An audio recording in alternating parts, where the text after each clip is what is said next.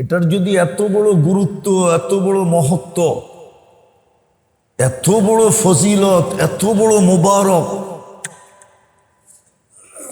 সারা জিন্দেগির package যদি এটা না হইতো তাহলে তিনজন একমত হইতেন না। আল্লাহ, জিবরিল, মুহাম্মদুর রাসূলুল্লাহ, তিনজন একটার উপরে একমত। সিগনেচার করে ফেলছেন, সিগনেচার তিনজনে করে ফেলছেন। রমজান পাইলো, মাগফিরাত পাইলো না, ধ্বংস হয়ে যায়। রমজান পাইলো, জান্নাত পাইলো না, ধ্বংস হয়ে যায়। আচ্ছা বলেন, যার ধ্বংসের সিদ্ধান্ত আল্লাহ নিয়ে নেয়, ওরে বাঁচায় কে? যার ধ্বংসের সিদ্ধান্ত জিবরিল নিয়ে নেয়, ওরে বাঁচায় কে? যার ধ্বংসের সিদ্ধান্ত মুহাম্মদুর রাসূলুল্লাহ নিয়ে নেয়, ওরে বাঁচায় কে? ওর বাঁচানোর কোনো না, আপনি কোনো কার্ড শো করে বেচা যাবেন না, কোনো অভিযোগ দাঁড় করায় বেচা যাবেন। ব্যবসায়ী করে তো বলছিল আল্লাহ, হাদিসে সুস্পষ্ট আছে যে নিজের অধীনস্থর থেকে কাজের বোঝা রমজানের কারণে কমায় দেয়, আমরা গ্যারান্টি দিতেছি তাকে জান্নাত লেখা দিব।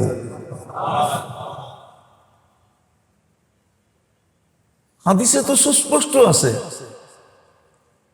মান খাফফাফা আন মামলুকিহি, যে নিজের অধীনস্থ মানুষের উপরে কাজ কমায় দেয় রমজানের কারণে,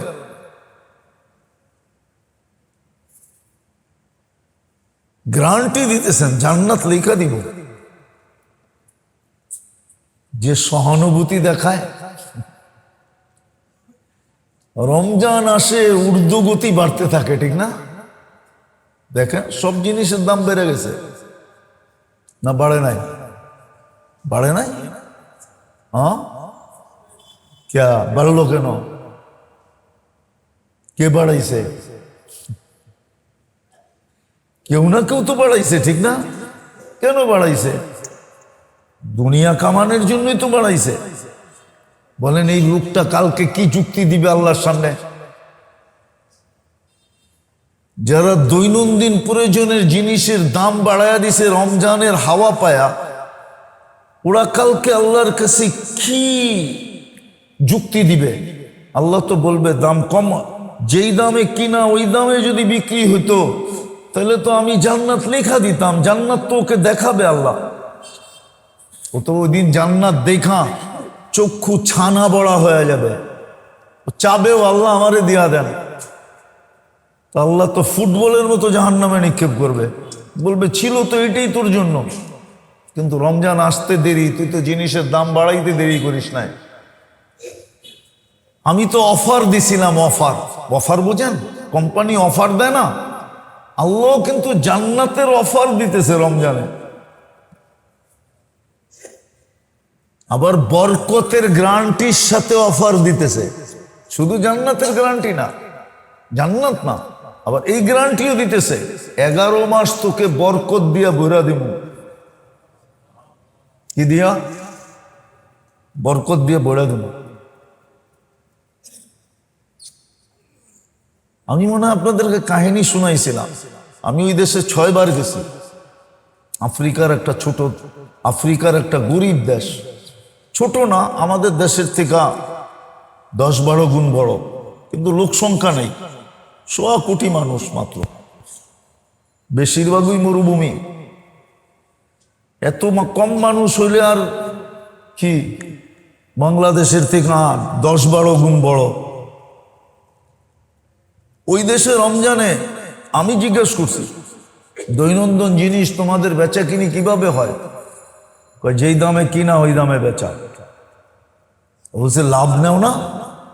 তা আমারে বলতেছে তোরে মুফতির সার্টিফিকেট দিছে কে? আমি বলছি কেন? তুই কি হাদিসে পড়স নাই সহানুভূতির মাস? আমরা 11 মাস সহানুভূতি দেখাইতে পারি না, 1 মাস তো দেখাইতে পারি। রমজানে আমরা যেই দামে কিনি ওই দামে বেচি। আবার ক্রেতারও সহানুভূতি 2 দিক দিয়ে দেখায়। কয় দিক দিয়া?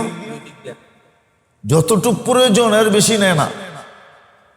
আমাদের দেশে হইলে তো সারা বৎসরেরটা কিনা রেখা দিব, ঠিক না? যতটুক প্রয়োজন এর চেয়ে বেশি নেয় না। আবার ক্রেতা দ্বিতীয় সহানুভূতি দেখায়, ও লাভ নেয় না, ওকে হাদিয়া দিয়া যায়। চলো তোমাকে 50 টাকা হাদিয়া দিয়া গেলাম, কেন আমারও জান্নাতের দরকার, আমারও জান্নাতের। তোদেরকে জিজ্ঞেস করছি এই হাদিয়ায় কতটুকু মিলে? লাভ নিলে যতটুকু মিলতো এর চেয়ে কয়েক গুণ বেশি মিলে। দেখেন আল্লাহ মানুষের মন কেমন বানায় দিছে। কিন্তু আমাদের দেশে এই জন্য মেরে দোস্ত, এই সপ্তাহের ভিতরই রমজান চলে আসবে। হয়তো বুধবার দিন সৌদিতে প্রথম রোজা হবে, আমাদের এখানে বৃহস্পতিবার, অথবা বৃহস্পতিবার ওদের এখানে প্রথম রোজা হবে, আমাদের এখানে শুক্রবার। মানে এই সপ্তাহের ভিতরেই চলে আসতেছে রমজান। বড় প্রস্তুতি নেওয়া উচিত। এই জন্য আল্লাহর রসুলও বাজেট করতেন। আমি জুমার দিনও বলছি, মাগরিবের পরও বলছি, এখনো বলতেছি, এই মজমা একজনও পাওয়া যাবে না যে সহানুভূতিমূলক 500 টাকা বাজেট রাখছে নিয়ত করে এখন থেকে, যে আমি 500 টাকা বাজেট রাখলাম, এই 500 টাকা দিয়ে রমজানে আমি কারো সহানুভূতি দেখাবো, বা 5 দিনই 100 টাকা করে ইফতার করে কিনা কাউকে খাওয়াবো। কি এরকম কেউ মনের থেকে নির্ধারিত বাজেট করছেন? করি না, কিন্তু করা উচিত ছিল সমর্থ অনুযায়ী। 500 টাকা কম না, এক ডোক পানির তুলনায় 500 টাকা অনেক। 500 টাকায় অনেক। 2 লিটারের বোতল 30 টাকা, 500 টাকা দিয়ে কয় লিটার পাওয়া যায় দেখেন। তাহলে অনেক অনেক, কিন্তু ছোট না।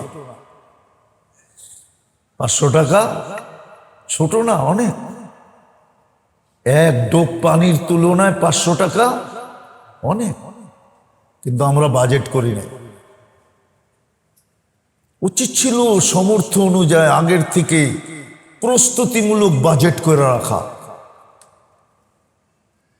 যে এই রমজানে আমি সহানুভূতি দেখানোর জন্য সহানুভূতিমূলক আমি এত টাকা বাজেট করলাম। এটা কিন্তু উচিত ছিল, কেননা আগের থেকে নিয়ত করতে করে রাখলেই আপনি নিয়তের সওয়াব পাইতে থাকবেন। যদি সহানুভূতির সুযোগ নাও আসে, তাও কিন্তু সহানুভূতির সওয়াব পাবেন। সুযোগ না আসা মানে আপনি মরে গেছেন, কিন্তু লেখা উঠবে সহানুভূতি করে আসছে। জান্নাত আমরা চুপে চুপে লেখা দিছি, পাঠায়া দাও জায়গা মতে। এই জন্য আগের থেকে বাজেট করা উচিত। যা হোক, যেটা বুঝাইতে চাইতেছি আমি, আল্লাহ করুক এই মজমারি বুঝে আসুক। যদি আল্লাহ পাওয়ায় দিল তো বড় সুযোগ আমাদের সামনে আসতেছে, যার পরে আল্লাহর সামনে কোনো যুক্তি তর্ক দাঁড় করার সুযোগ আমাদের জন্য থাকবে না। আর কোনো লাইনের কমি খামি ত্রুটি এটারও পরিপূর্ণ করতে চাইলে পরিপূর্ণ করা যাবে, পরিপূর্ণ করা যাবে। যত লাইনের আমি 2-4টা আপনাদেরকে দেখাইছি, যেই লাইনেরটা চান আপনি। এই জন্য সত্য কথা এটা, ছোট একটা বই পাওয়া যায়, ছোট, বাংলা হয়ে গেছে, ছোট পাবেন আপনি। আপনি অনলাইনে সার্চ দিলেও পাবেন আকাবেরদের রমজান। আকাবেরদের মনে হয় 80 পৃষ্ঠা হবে, এর বেশি হবে না।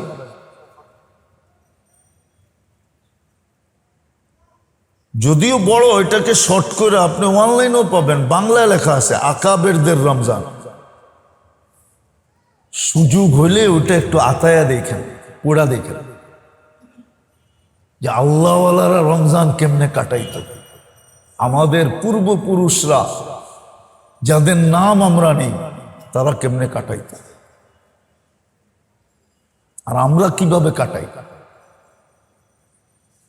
একটা কথা মধ্যখান থেকে রয়ে গেছে যে যাদের ব্যাপারে আল্লাহ রসুল বড় সন্দিহান ছিলেন, সন্দেহ ব্যক্ত করছেন, যেই তৎকার জন্য রমজান আসছিল বিশেষভাবে মধ্যবিত্ত এবং গরিবদের। কিন্তু আল্লাহ রসুল বলছে মিসকিনুন ফাখুর, এরা তো অভিমানী হইয়া ওইটার কাছে দাঁড়াও যাবে না। অভিমানী বোঝেন, বাঙ্গা বলবো, কেননা আমরা অধিকাংশ সময় বলি আল্লাহ আমাগরে কি দিছে, ঠিক না? এটা একটা অভিমান না, অভিযোগ বললাম না, অভিমান বললাম। কি আল্লাহ আমাগরে কি দিছে? আল্লাহ আমগরে চোখে দেখে? আল্লাহ তো আমগরে চোখে দেখে না, ঠিক না? এটাই তো বলি, ঠিক না? যদিও আল্লাহ রসুল বলছে অহংকার, আমি ওটাকে একটু ঘুরায়া বললাম অভিযোগের কারণে আমরা পারতেছি না। আমাদের জন্য যে সহজ করছে এটা আমরা দেখতেছি না, আমরা শুধু অভিযোগ দেখতেছি যে অমুককে দিল আমারে দিল না, অমুককে দিল আমাকে দিল না। মধ্যবিত্ত আর গরিবদের কাছে এই অভিযোগ, আল্লাহ তো আমাগরে দেয় নাই, আমাগরে দেয় নাই। এই জন্য অভিযোগের কারণে আমরা পারতেছি না।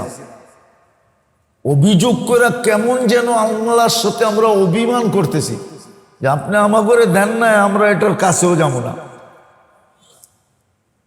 আল্লাহ রসুল এটা বুঝাইতে চাইতেছে। আর আমাদের সমাজটা এরকমই মনে হয়, এরকমই মনে হয়। আর যদি পারতাম, আল্লাহ জানে পারমু কি পারমু না, যদি আমার সমাজ এরকম বানাইতে পারতাম যে মধ্যবিত্ত আর গরিব 11 মাস পুঁজি জমায়া অল্প অল্প বাঁচায়া রমজান মাসে পুরো দুনিয়ার থেকে বিমুখ হয়ে গেছে, তাইলে আমাদের বাকি সমাজ পুরো দুনিয়ার থেকে বিমুখ হইতে রমজানে বাধ্য হইতো। কেননা ওরা মধ্যবিত্ত আর গরিব ছাড়া চলতে পারে পারে ওর গাড়ির দরজা খুলবো কে? ওর জুতা পড়ায় দিব কে? কি কন? খালি পারে না বাথরুমে যেয়া পানি খরচ করাইতে কারো দ্বারা, নাইলে এটো করায় নিত। পত্রিকা আছে, আমি মিডিয়া দিতে পারবো আপনাদেরকে, আমি মিডিয়াই দিতে পারবো আপনাদেরকে। মিডিয়া খাওয়াইতে যদি কেউ লাগে, মুখ মুছাইতে যদি কেউ লাগে, তো ওই বেটার ব্যাপারে তো বলাই যায় যে ও খালি বাথরুমের সময় লাগে কিনা আল্লাহ জানে।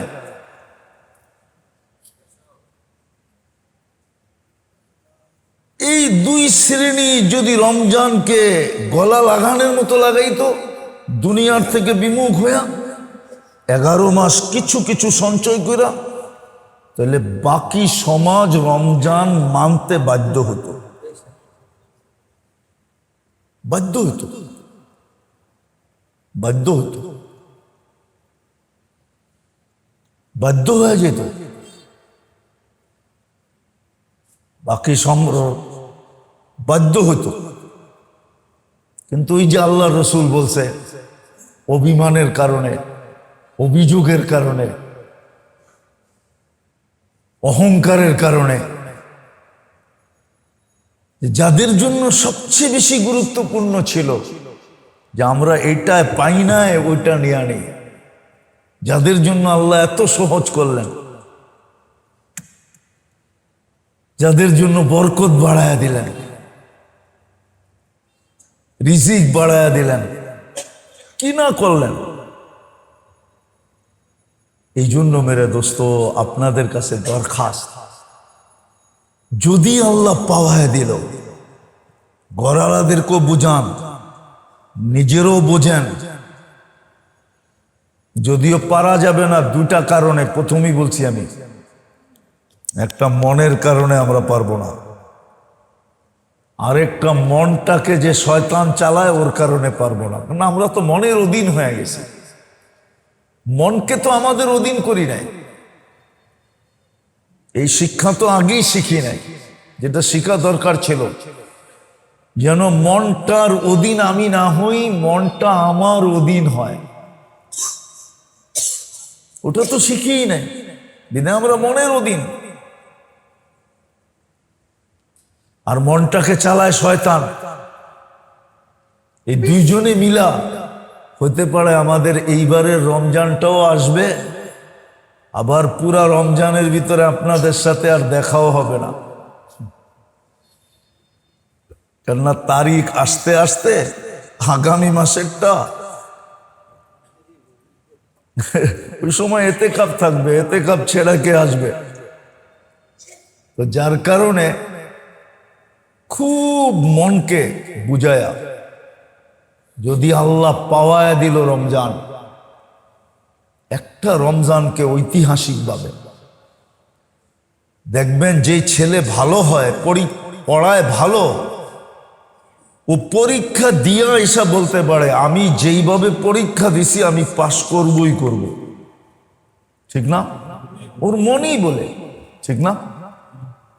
আমরাও যদি এরকম আদায় করতে পারি রমজানটাকে, ওরকম সহানুভূতির সাথে, ওরকম ইবাদত বন্দেগীর সাথে,